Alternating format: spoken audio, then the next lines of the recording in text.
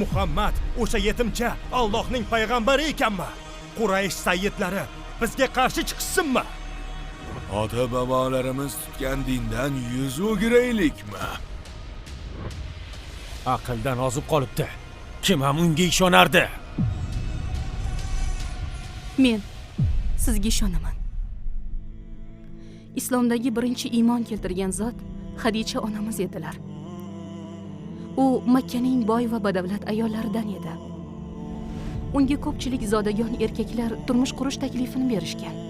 U esa qalbini hech vaqosi yo'q yosh yigitga ochdi. Muhammad al-Amin.